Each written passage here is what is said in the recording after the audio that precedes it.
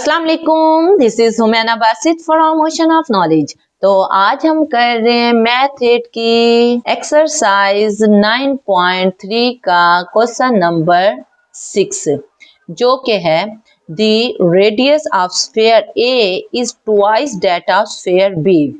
दो स्फीयर हैं, एक स्फीयर ए है और एक स्फीयर बी है। जो रेडियस है स्फीयर ए का इज ट्वाइस, यानी 2 से मल्टीप्लाई करेंगे, is twice that of sphere B, यानी स्फीयर बी का जो रेडियस होगा उसको 2 से मल्टीप्लाई करेंगे तो वो स्फीयर ए का रेडियस होगा। फाइंड। क्वेश्चन नंबर 6 के दो पार्ट दिए हुए हैं। फर्स्ट पार्ट है the ratio among their surface areas. दोनों जो स्फीयर्स हैं ए और बी, उनके सरफेस एरियाज के दरमियान रेशियो लेना है। सेकंड पार्ट है the ratio among their volumes. तो स्फीयर बी का भी वॉल्यूम लेना है, स्फीयर ए का भी वॉल्यूम लेना है, उन वॉल्यूम्स के दरमियान रेशियो को मालूम करना है। देखें पिछले पेज पे, पेज नंबर 144 पे, यहाँ पे स्फीयर दिया हुआ है कि स्फीयर की शक्ल का होता है, ये जो इसको स्फीयर बोलते हैं, जो बॉल की शक्ल होती है। नीचे लिखा भी हुआ है cricket ball is the example of sphere. Cricket ball जो है वो स्फीयर की एग्जांपल है। तो रेडियस क्या होता है? रेडियस देखें, सर्कल, ये एक सर्कल ही है ना, इसका जो सेंटर है इसको सेंटर बोलते हैं। तो सेंटर से सर्कल के किसी किनारे तक का फासला रेडियस है। यहाँ से लेके यहाँ तक रेडियस है। इसी तरह ये दूसरा स्फीयर दिया हुआ है, यहाँ से लेके यहाँ तक रेडियस है, यहाँ से लेके यहाँ तक रेडियस है। यानी वो कह रहा है, मिसाल के तौर पे अगर ये स्फीयर ए है और ये स्फीयर बी है, तो वो कह रहा है जो स्फीयर बी है उसका जो रेडियस है उसको अगर 2 से मल्टीप्लाई करो तो वो किस के बराबर आता है? स्फीयर ए के रेडियस के बराबर आता है। तो आगे नीचे दो हमें फार्मूलाज भी दे दी हैं। Surface area of sphere, sphere का जो सरफेस एरिया का फार्मूला है वो 4 पाई आर स्क्वायर है। ये आप अच्छे तरीके से याद कर लो। फर्स्ट पार्ट में हम यही फार्मूला यूज करेंगे, 4 पाई आर स्क्वायर, जो कि है surface area of sphere, sphere का सरफेस एरिया निकालने का फार्मूला। इस फार्मूले से हम फर्स्ट पार्ट करेंगे और फिर पेज नंबर 145 पे यहाँ वॉल्यूम ऑफ स्फीयर दिया हुआ है, यहाँ भी उसने फार्मूला दे दिया वॉल्यूम ऑफ स्फीयर। तो क्या है? 4/3 पाई आर क्यूब। तो ये दोनों फार्मूलाज को यूज करेंगे, इसको सेकंड पार्ट में यूज करेंगे और पहले को फर्स्ट पार्ट में यूज करेंगे और हम आंसर निकाल लेंगे और रेशियो निकाल लेंगे। तो अब हम चलते हैं सॉल्यूशन की तरफ। देखें फर्स्ट पार्ट में वो कह रहा है the ratio among their surface area. क्योंकि जो स्फीयर बी है उसका रेडियस आर है, तो स्फीयर ए का जो रेडियस है वो ट्वाइस ऑफ स्फीयर बी है। तो इसका क्या मतलब है? अगर स्फीयर बी का रेडियस आर है तो स्फीयर ए का जो रेडियस होगा वो 2r होगा, 2 से मल्टीप्लाई कर देंगे, क्योंकि twice that of sphere B, यानी स्फीयर बी का जो रेडियस है उसको 2 से मल्टीप्लाई करो तो वो स्फीयर ए का रेडियस निकल आता है। उसके बाद area of surface of B sphere, आपको पता है फार्मूला मैंने अभी आपको बताया है, जो कि 4 पाई आर स्क्वायर। ये किस चीज का फार्मूला है? ये एरिया निकालने का फार्मूला है, surface area of sphere B. Sphere B जिसका रेडियस आर है तो 4 पाई आर स्क्वायर हो जाएगा, यहाँ फार्मूला लिखा हुआ है। अब area of surface of A sphere, अब जब ए स्फीयर का हम एरिया मालूम करेंगे, फार्मूला तो यही होगा, लेकिन यहाँ आर की जगह पे क्या पुट करेंगे? 2r, क्योंकि स्फीयर ए का जो रेडियस है वो 2r है, twice that of sphere B है। तो इसका मतलब है यहाँ आर की जगह पे, फार्मूले की जगह पे, आर की जगह पे 2r पुट करेंगे, क्योंकि स्फीयर बी का जो रेडियस है वो तो आर ही था, तो इसलिए जस्ट हमने 4 बाई आर स्क्वायर लिख लिया। लेकिन जो स्फीयर ए का रेडियस है वो 2r है, तो आर की जगह पे हम 2r पुट कर देंगे। तो 4 पाई अब 2r की पावर 2 है, इसका मतलब है ये 2 जो है पावर, ये इस 2 की भी पावर है और ये 2 जो है r की भी पावर है। तो 2 की पावर 2 यानी 2 multiply by 2 is equal to 4। r की पावर 2 तो r स्क्वायर हो जाएगा। ब्रैकेट का मतलब मल्टीप्लाई होता है, 4 को 4 से मल्टीप्लाई करेंगे, 4 4 16, पाई वैसे का वैसे और आर स्क्वायर आ गया।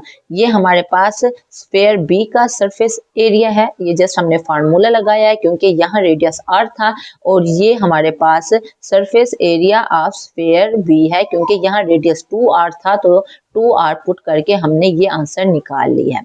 क्योंकि अब हमने क्या निकालना है, हमने निकालना है find the ratio among their surface areas. अब ये स्फीयर बी का सरफेस एरिया है और ये स्फीयर ए का सरफेस एरिया है। अब इन दोनों का हमने क्या निकालना है, हमने रेशियो निकालना है अमंग देयर सरफेस एरियाज। तो रेशियो कैसे निकालते हैं, area of surface of A sphere ratio यानी divided by area of surface of B sphere. तो ए स्फीयर का जो हमारे पास वैल्यू निकली है वो 16 पाई आर स्क्वायर निकली है और area of surface of B sphere क्या निकला है, वो 4 पाई आर स्क्वायर ही निकला है। तो बस हमने रेशियो ले लिया, डिवाइड कर दिया, आर स्क्वायर से कट गया, पाई पाई से कट गया और 4 को 16 से काटा, 4 4 16 होता है। तो ऊपर 4 आ गया और नीचे 1 आ गया। तो यहाँ डिवाइड हो बट्टा हो इस तरह भी लिख सकते हैं और रेशो की शक्ल में भी लिख सकते हैं। ये जो दो डॉट लगे होते हैं इसको रेशो बोलते हैं। तो 4 डिवाइडेड बाय 1 को हम लिख सकते हैं 4:1। तो ये क्वेश्चन नंबर 6 का फर्स्ट पार्ट का आंसर है। इसी तरह सेकंड पार्ट करेंगे, the ratio among their volumes. अब रेडियस ऑफ बी स्फीयर क्या है, वो r है। तो रेडियस ऑफ ए स्फीयर क्या है, वो 2r है, twice that of sphere B है। तो वॉल्यूम ऑफ स्फीयर का फार्मूला मैंने आपको बताया है, वो क्या है 4/3 पाई r क्यूब। ये फार्मूला है, आप अच्छे तरीके से याद कर लो। अब ये बी स्फीयर में क्योंकि रेडियस सिर्फ r है तो ये वैसे ही आ जाएगा। अब हम सेकंड के लिए यानी स्फीयर ए के लिए हम r की जगह पे क्या पुट करेंगे, 2r पुट करेंगे। 2r हमने पुट कर दिया इसी फार्मूले में क्योंकि हम वॉल्यूम ऑफ ए स्फीयर ले रहे हैं, स्फीयर ए का वॉल्यूम ले रहे हैं। तो बस हम वैल्यू पुट करेंगे, 2r की पावर क्यूब है तो ये 8r क्यूब हो गया, 2 की पावर क्यूब है 2 मल्टीप्लाई बाय 2 मल्टीप्लाई बाय 2 8 और r की पावर क्यूब है तो r क्यूब हो जाएगा। अब 4 को 8 से मल्टीप्लाई करेंगे 32 पाई r क्यूब हो जाएगा और नीचे 3 आ गया। अब 32 पाई r क्यूब है, 32 पाई r क्यूब ओवर 3 किसकी वैल्यू निकली है, ये हमारे पास ए स्फीयर की वॉल्यूम निकल आया। अब ए स्फीयर का वॉल्यूम ये है और बी स्फीयर का वॉल्यूम वही फार्मूला है यानी 4/3 पाई r क्यूब।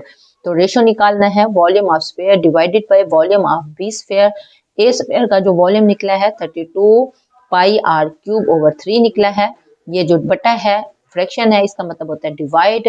तो डिवाइड लगा के वॉल्यूम ऑफ बी स्फीयर का जो है वो 4/3 पाई r क्यूब है। ये हम रेशो ले रहे हैं, बटा हम बटे की जगह पे हमने डिवाइड का निशान क्यों लगाया, क्योंकि ये पहले ही फ्रैक्शन में था। तो पहले वॉल्यूम ऑफ ए स्फीयर लिख लिया है, फिर इस बटे का मतलब है डिवाइड, तो डिवाइड लगा के वॉल्यूम ऑफ बी स्फीयर हमने लिख लिया है। 32 पाई r क्यूब वैसे का वैसे आ गया, नीचे 3 भी है। तो ये आपको पता होना चाहिए, डिवाइड अगर लगा हुआ है तो डिवाइड को अगर आप मल्टीप्लाई में तब्दील करो, डिवाइड को अगर आप मल्टीप्लाई में तब्दील करो तो अगला जो फ्रैक्शन होता है वो उल्टा हो जाता है। क्योंकि 4 पाई r क्यूब ऊपर है न्यूमरेटर में है और 3 डिनोमिनेटर में है नीचे है। तो जब डिवाइड को मल्टीप्लाई में तब्दील करेंगे तो 3 अकेला ऊपर आ जाएगा, 4 पाई r क्यूब नीचे आ जाएगा, डिनोमिनेटर में आ जाएगा। ये मैथ का उसूल है, जब भी डिवाइड की जगह पे हम मल्टीप्लाई लगाते हैं। तो बस यहाँ 3 से कट गया, पाई से कट गया, r क्यूब से कट गया, 4 32 से कट गया यानी 4 8 32 आता है।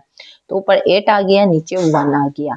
तो डिवाइड है बटा है, इसको हम रेशो की शक्ल में लिख सकते हैं 8:1 यानी जो वॉल्यूम है स्फीयर ए और स्फीयर बी का उसका रेशो 8:1 निकल रहा है। जो सरफेस एरिया है उसका रेशो 4:1 निकला है, यहाँ पे 4:1 निकला है।